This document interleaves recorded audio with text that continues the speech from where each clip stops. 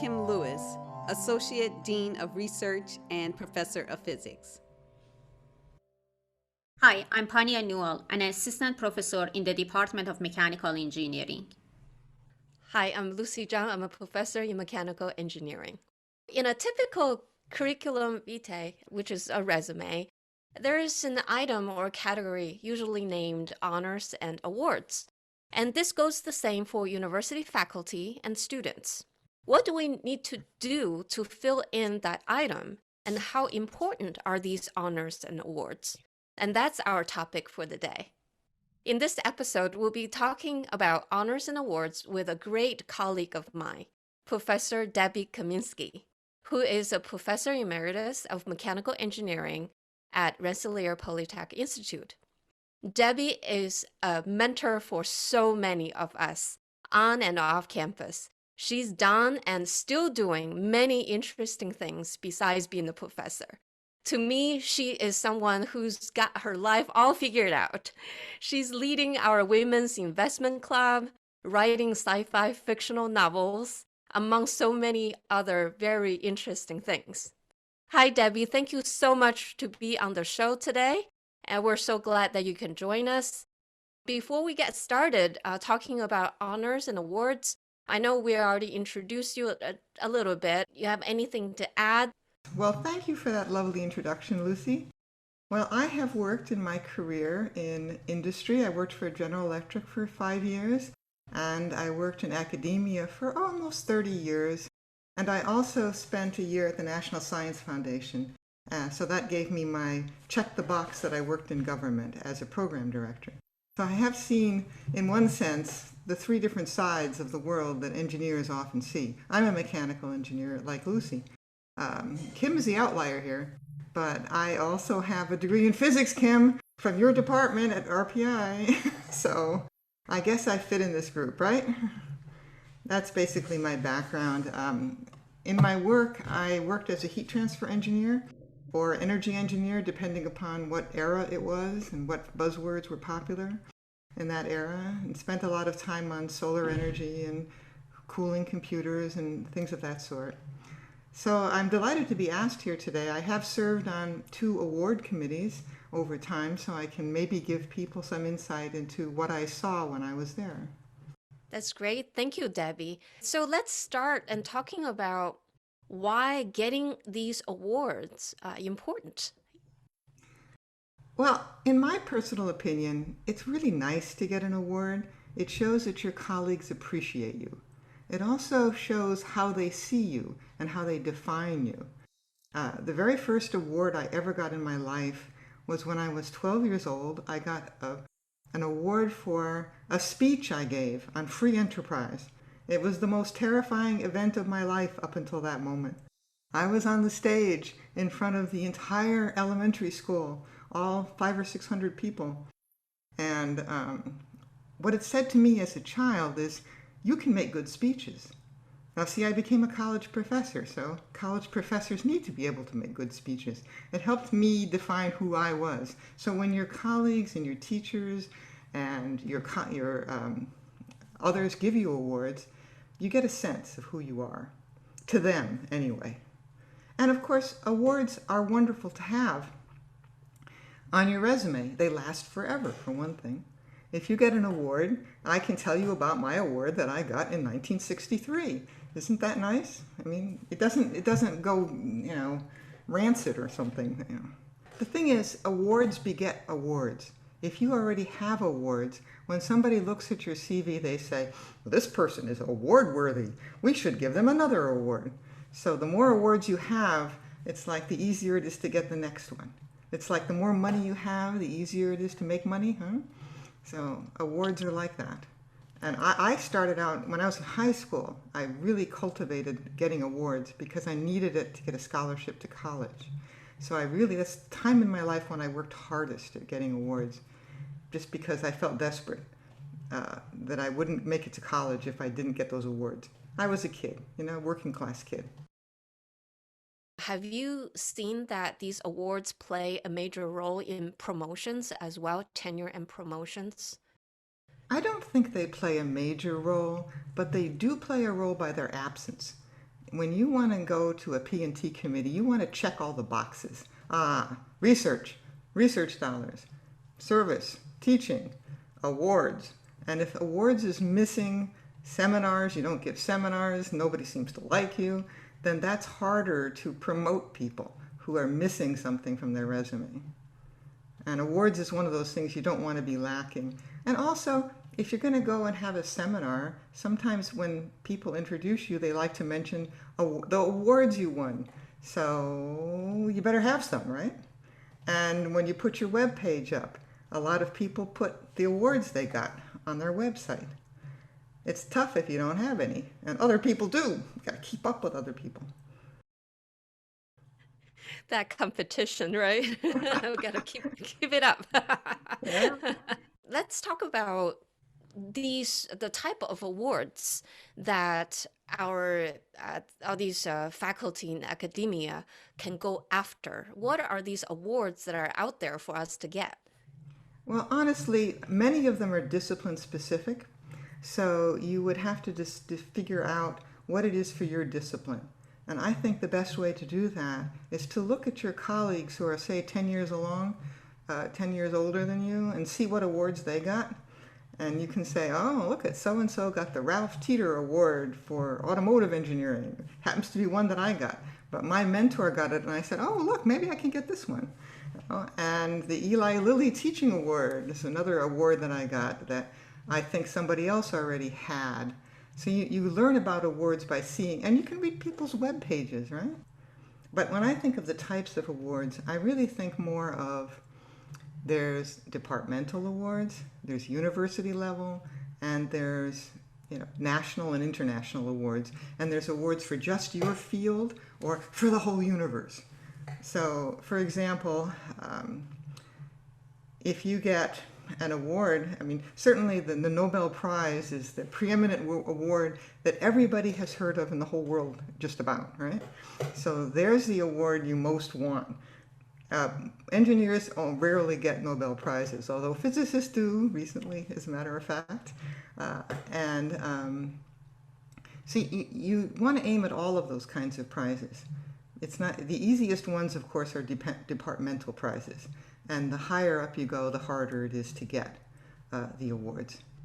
And some of these awards come with prize, like come with money, and some are just simply a title that you can just add into the resume, like societal fellows, for example. They don't come with money. It's basically just a prestigious title that you can carry with you. That's true. I find most awards come with small amounts of money, maybe $5,000, something like that. And several of the awards that I won come with trips. I had a Boeing award, faculty something award, and it was really Boeing wanted to get to know the faculty of RPI, so I had a free trip to Seattle and a week with Boeing engineers. That was fun. I learned a lot. I flew a simulator. It was so much fun. I beat their system. I was... And then the Eli Lilly Fellowship came with a trip to Indianapolis and a teaching conference that was 3 days long. So some awards are travel, have travel components. And then a teaching award that I won once had like $10,000 that I could use in the classroom. But of course, the awards that you really want to get are something like the MacArthur Genius Awards, which come with $625,000 over 5 years. But they do vary all over the map. Mostly they're small, it's modest amounts of money. It's more the prestige of the award than you go after them for prestige. An award that is sort of common is a chaired professorship. That often comes with money, some support from the university, and there are a lot of those chaired professorships. They tend to be bargaining chips, a way to attract faculty to a university, to a department, or a way to retain somebody. If you see a chair that's vacant in your department and you say, maybe I can get that chair, you got to appreciate that probably the dean or the department head may be saying, I can get somebody from the outside to come in. I already got the person that's here. So maybe it's time, if you really want that chair, maybe it's time to go looking and sort of sniffing around at other universities and pretend or actually feel like you're going to move if you don't get that chair. Because I have seen faculty who have been retained by being offered a chair. Who wants to stand up? We all want to sit in a chair, right? So, Debbie, in your opinion, do you think there are any differences between research and teaching and service awards, or they are equally important? Well, I would say that in universities, typically people say teaching, research, and service, and they mean research, teaching, and service. That's the kind of the underlying story is that, I mean, in many universities, especially Research One institutions, research is very important. You can't succeed without doing research. Often teaching is important too. You can get by without doing much service. But to tell you the truth, it's probably a bad plan, especially if you want to win awards. Because one of the ways to win awards is to do some service. Get to know people. Have your face out there. Get people to like you, for God's sakes, which they won't do if they don't even know you. If all you do is research. So, so you mentioned all these awards. How can one get nominated for any categories of awards? Well, as I just mentioned, one of the things to do is to get well known. You don't want to spend all your time in your lab or your office. You need to schmooze a little bit. You need to go out to lunch with faculty, serve on committees, go to parties, invite people over to your house. You have no idea how many parties I have not, how many people's houses I have not been to, and I'm thinking, how do they get to know people? They never invite anybody over. So you do have to get to know people, because even if these people don't nominate you for an award, someday they may sit on an award committee. And it's very important that other people on the committee have heard of you, like you, and want to support you. So that is one thing. Now, as far as I'm concerned, when you want to get yourself nominated for awards, if you really want to be proactive and not just sit back and hope that lightning strikes, that the best thing to do is to work through a trusted mentor or a department head. If you want to, if you see an award out there and you say, I'm a good candidate for that award, go to your department head, if you trust your department head, and say, what about this? Do you think I would be a candidate for this award? And the department head, if they're an exceptionally good department head, will say, I'll nominate you. Of course I will. So that's a good route. Now, if you don't have that kind of department head, find yourself a mentor in your department or in your discipline. If you're looking for a national award, then you need a mentor at another university. You go to them and say, Sandra, what about this? It looks like I could get this prize. Or what would I have to do? Am I in a good position for that prize? And then can you nominate me? That's I think allowable. So what you are saying that self-nomination is acceptable. Self-nomination at a distance, because you're self-nominating to your department head, and your department head can say, oh no, Debbie, what are you thinking? You really need to do this and this and this before you get that award. When they say that, then you go to your mentor, because you don't believe your department head, right? And then you go to your mentor and you say, what about this, this, and this? And then they say, yeah, I'll do that. And sometimes they'll say, write something up for me, I'll edit it, so that you write your own nomination package. How about those people that they believe that they are waiting for somebody to nominate them? They think that it would be less of a value if they go and initiate the whole process, or even ask their mentor to nominate them. Well, I have won many awards that I never nominated myself for or asked anybody to nominate me for. It does happen. Probably many of my awards are like that, most of them. I didn't spend a lot of time trying to win awards. I did spend a lot of time trying to get to know people, and that helped in order to win the awards. And lots of times it just came out of nowhere, and I said, oh, wow, I didn't expect that. And that's fun. That's more fun than nominating yourself. Much more fun. But I don't think it was wrong. When I worked at GE, my very first job as an engineer,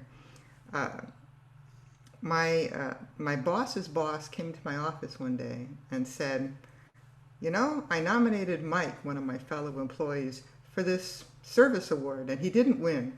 And you're a pretty good writer. Why don't you take a look at this and see if you can fix this up and renominate Mike? And this is my boss's boss, and I said, yes, sir, I will do that. And so I looked at it, and I realized it was terribly written, you know, that it was no shine, no pizzazz, no enthusiasm, no strong verbs. It was a horrible nomination. So I went and talked to Mike and learned all about him. Not really knew him before. And then I rewrote this same guy. The next year, he got the award.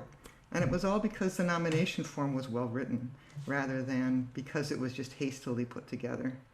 So you got to pick a good writer to nominate you. Very good point, because I've read several times that how important it is that your letter writers give a good image of you, and it's not just generic letter that they write it for everybody. So what are your thoughts on nominating others? What are our roles in nominating and recognizing others for their good work? Well, I have done that on many occasions. I find somebody that I think is really doing a good job, and I nominate them. I've done that, but you know, I've served on nomination committees, and everybody has a lot of work to do. So people don't spend a lot of time nominating each other. It's really kind of tough to get people to do it sometimes, because there's no intrinsic well, there's an intrinsic reward. There's no other reward necessarily for nominating people. And it takes time and effort. Yeah, I agree with you. But I think that that's a part that the community needs to work on. I think that we need to create a culture of appreciation and recognizing others for their good work. You served in several award committees, or I guess you pointed out two of them in particular. So how are the award selection process work? Well, I served on one that was at the university level. It was the Honors and Awards Committee. Basically what happened, I was surprised on that occasion to find that most awards had very few applicants, when you think about it. So getting nominated is half the battle in some of these awards. Sometimes a rather prestigious prize would only have 2 or 3 applicants, or one applicant for the particular award, that, you know, early career research award. I found that the person who won was often somebody that a person in the room spoke up for them. A persuasive person in the room who had seen the resume said, I know so-and-so, and they're really, their research is really fine, and they're a good citizen. They're well deserving of this award. Somebody in the room speaks for a person. So it's very valuable if someone in the room actually knows the name on the page and is able to speak for them. You know, my department went under one of our department heads put together a committee, and a nominating committee. So we had 3 people who were on the nominating committee, and their total job was to nominate people from the mechanical engineering department for whatever awards they could figure out that they might deserve. And that's a wonderful thing to have as a committee in your department. And if you advocate for that, you help yourself and your colleagues. When I was sitting at the national level, certainly the higher you go, the more prestigious the prize, the more potential candidates there are. The higher your own profile has to be. I mean, I make light perhaps of people just giving awards at random, but they do want to. Basically, I think what happens is that a powerful award like the MacArthur Genius Award is given by a nominating committee that nobody knows who it is. But you can expect that those are powerful people on that nominating committee. They're probably former award winners, they're heads of industry, they're university presidents, or we don't know who it is. They don't even say who the nominating committee is. But if you get yourself up into a high level of visibility, if you're in the National Academy, you know, if you get yourself up to a very high level, then you're much more likely to attract one of these much more prestigious awards. And many times, you know, I've talked about chaired professorships before. I mean, if I could choose what chair to sit into, I would sit in the Isaac Newton chair at Cambridge, right? That's the most prestigious chair in the world. And when you look at the history of who sat in that chair, one of the most recent people was Stephen Hawking. He has very high profile. And from my fellow faculty members here who are fluid mechanicians, I'm looking at you, Lucy, George Stokes sat in that chair. You know, Stokes flow and the Navier-Stokes equation. So that chair actually has had some pretty fine so that's another thing. You want to get awards, really, that have had very illustrious former winners. That's what makes an award illustrious. So Debbie, I wanted to see if we can do a sort of a deep dive into some of the challenges and biases in awards. And so one of the questions I have is, in your opinion, do you believe there is a gap between the number of men versus women being recognized for these various awards? I suspect that there is. I have never done research in that area myself, or I haven't done a literature review in the area. My experience tells me that there is a gap between men and women being nominated for awards. And at the very least, there's a perception of a gap. Let me tell you a story that happened to me this year. I was on a panel at a science fiction convention. I used to go to technical conventions like you guys, and all these guys in suits would be running around and giving boring talks. But now I go to science fiction conventions. People dressed in wild costumes. There was a guy dressed as Group. He was 9 feet tall, on stilts through the convention. You wander around, you meet people dressed in t-shirts saying things like, my password is the last 4 digits of pi, and everybody gets it, okay, because it's science fiction. That's the kind of place I go these days, and nobody wears a suit. If you wore a suit, they would think you were nuts. At any rate, I was on a panel talking about black holes because in 2020, the Nobel Prize in Physics was given to Roger Penrose, Reinhard Genzel, and Andrea Ghez. This is only the 4th time that a woman received the Nobel Prize in Physics, and one was given 2 years earlier in 2018. On the panel, there were myself, and a woman astronomer, and 3 men. Now, I am not an astronomer. There's a little shortage of scientists at these panels, so 3 men and 2 women. And 2 of the people on the panel were actual astronomers. The rest of us were science fiction writers, you know. And the woman on the panel said, you know, I talked to Reinhard Genzel the year before the award was given, and he says, I know I'm going to get this award because they're going to give this award for finding the black hole because they're going to have to give it to Andrea as well as to me. And so they want to give it to a woman. So that's how I'm going to get this award. I'm going to ride on the backs of this woman. So he said this to her. And on that panel, right there in the Zoom, you could see that the 3 men looked, no, skeptical, that can't be so. And the 2 women said, oh, yeah, here it goes again and again. So there's a huge perceived difference. Women expect awards to be biased, and men expect them not to be biased. There's a big differential in what people expect. So what do you think about reapplying to these competitive awards? So let's just say you do your first submission, you don't get it.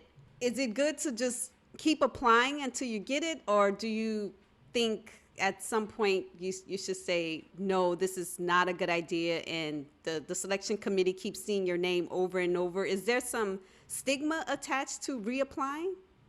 Well, I don't know that the selection committee necessarily sees your name over and over again because these committees tend to rotate kind of quickly. So if you reapply like 3 years later, it might be a whole new group of people. And besides, I would reapply when I was a little bit stronger too.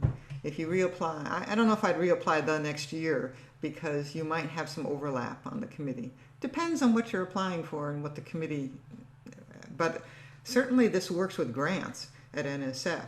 But part of the reason it works with grants is that you write a grant, you get review, and you see what reviewers don't like about your work, you fix it up, you reapply, and that works better, right?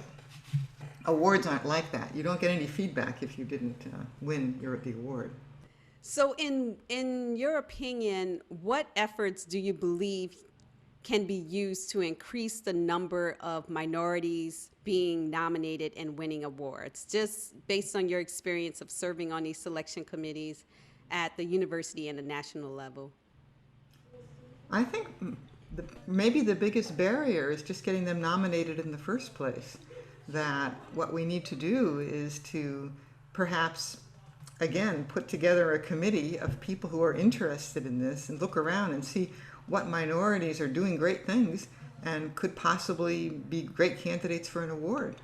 So that's really the case, is you need somebody to advocate for them. So you need to find the people who will want to advocate for minority faculty. And usually I have to say it's other minority faculty, but not always, right? Not Yes. always. Yeah, I see. So you mentioned that you have received some of these prestigious awards. Do you feel any responsibility to do things after you get the award? These awards, they do change your thinking to some extent about who you are and who other people perceive you to be. They really do. Women often have multiple mentors. There is the idea that a woman doesn't want to latch on to one mentor who's probably a man that may not look so good. So women faculty often have 4 or 5 different mentors, some in their department, outside their department, in their discipline, outside. Somebody who might be in their ethnic group, however they define it, if it's women or minorities or anything else, and other people who are just far away from their group. So I think women are at an advantage having all these mentors, trying to ask them about awards and getting nominated.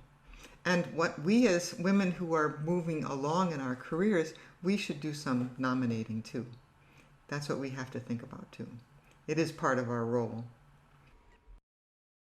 Thank you so much, Debbie, for joining us today and giving us this wealth of knowledge on this important topic of honors and awards. I am sure our audience, as well as all of us, have learned a lot, and we're now bearing all these responsibilities on our shoulder. So, Debbie, we would love to have you back and, sometime to talk about other exciting projects that you're working on during your retirement or all the other things that you had done before that. If you're interested in reading or knowing more about Debbie's book projects, we have the links added into our show notes. Please check them out. You can buy them on Amazon. Well, thank you so much, Lucy, for having me. This has been a lot of fun, and I appreciate you reaching out. And anytime I can help you, I will. Thank you so much for listening. We hope you enjoyed this conversation. Find us at thisacademiclife.org or follow us on Facebook. You can listen to our latest episodes on iTunes, Spotify, Amazon Music, or Google Podcasts. Please rate us. We welcome any feedback or suggestions for future episodes.